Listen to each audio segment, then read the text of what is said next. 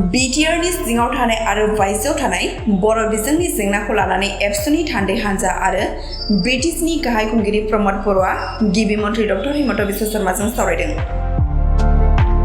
दिनै दुलाराय बर' फरायसा आफादनि सा 15 थान्दै हान्जाजों लोगोसे बिटिसिनि गाहाय खुंगिरि प्रमद बर'आ दिसपुर आसामनि गिबि मन्थ्रि डक्टर हिमन्त बिश्व शर्माजों बिटिआर गोरोबथानि दफा मावफुंनाय आरो बर' बिजोंनि जेंनाखौ सुस्रांनायनि सायाव मोनसे गोजौ थाखोनि मेल जानानै थाङो।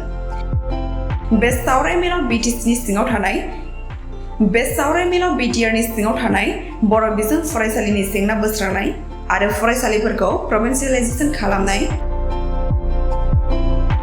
बर' फरायसालियाव बिजाबनि जेंनाखौ फोजोबनाय आरो बिटिआरनि बायजोआव थानाय बर' ओनसोलाव बर' बिजों फरायसालिफोरनि जेंना बोस्रांनाय, बिटिआरआव जौगाथायनि खामानि मावनाय, अंगनबादि मिरुआव बर' बिजोंनि बिजाबफोरखौ थोजासे नांगौबादि खालामनाय आरो बायदि बायदि जेंनाखौ लानानै सावरायो। लोगोसेनो गिबि मन्थ्रिया थाबैनो जेंनाखौ सुस्रांनानै होगोन होनना खोथा होयो होनना खौराङाव फोरमायो।